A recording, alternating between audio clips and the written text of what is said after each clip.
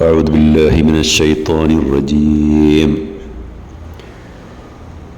قل هل ننبئكم بالأخسرين أعمالا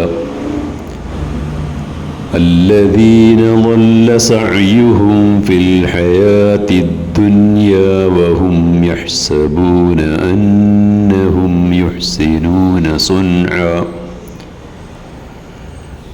أولئك الذين كفروا بآيات ربهم ولقائه فحبطت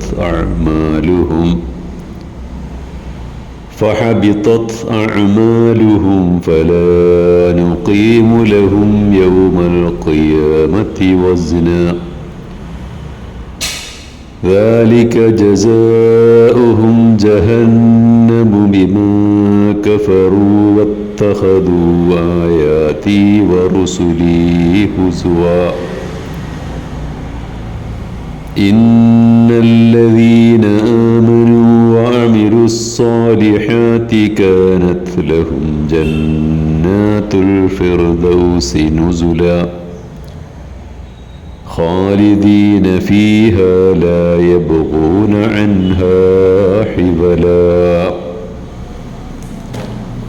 സൂറത്തുൽ കഹ്ഫ് 103 മുതൽ 108 വരെയുള്ള ആയത്തുകളാണ്. അവരോട് പറയുക, കർമ്മങ്ങളൊക്കെ നഷ്ടകരമായി ഭവിക്കുന്നവർ ആരൊക്കെയാണെന്ന് ഞാൻ പറഞ്ഞു തരട്ടെ. അവർ ഐഹിക ജീവിതത്തിൽ പ്രയത്നങ്ങളൊക്കെ വഴിപിഴച്ചു പോവുകയും അതേസമയം തങ്ങൾ ചെയ്തതൊക്കെയും നന്മകളാണെന്ന് ധരിച്ചു വശാകുകയും ചെയ്തവരാണവർ.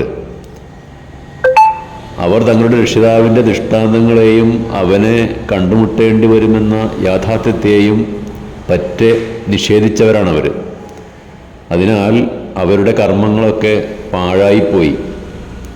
ഉയർത്തെഴുന്നേൽപ്പ് നാളിൽ നാം അവർക്ക് ആ കർമ്മങ്ങൾക്ക് ഒരു വിലയും ഒരു തൂക്കവും കൽപ്പിക്കുന്നതല്ല. സത്യനിഷേധത്തിൻ്റെയും എൻ്റെ സൂക്തങ്ങളെയും ദൂതന്മാരെയും പരിഹസിച്ചതിൻ്റെയും പ്രതിഫലമായി നരകമാണ് അവർക്ക് നൽകപ്പെടുന്നത്.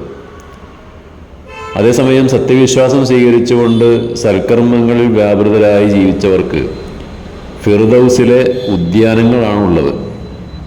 അവരതിൽ ശാശ്വതമായി വസിക്കുന്നവരാണ്. അതിൽ നിന്ന് വിട്ടുപോകാൻ ഒരിക്കലും അവർ ആഗ്രഹിക്കുകയുമില്ല. അത്രക്ക് ഹൃദ്യമായിരിക്കും അത്.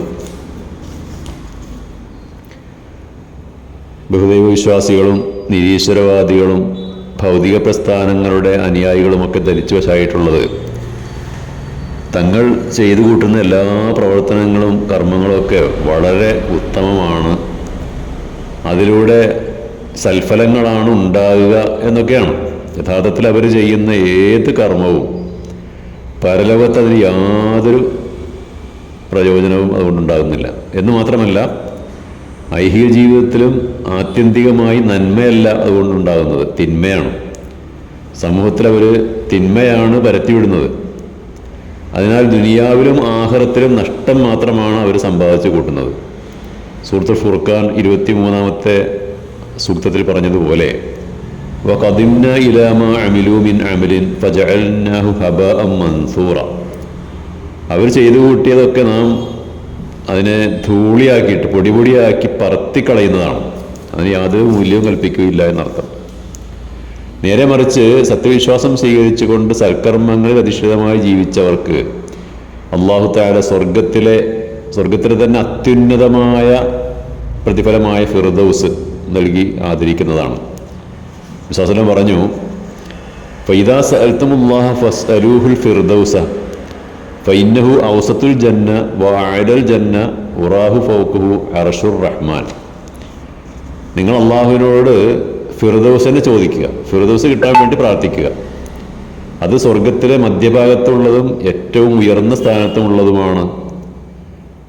പരമകാരുണ്യനായ അള്ളാഹുവിൻ്റെ അർശ്, സിംഹാസനം, അതിൻ്റെ മുകളിലാണ് കാണപ്പെടുക.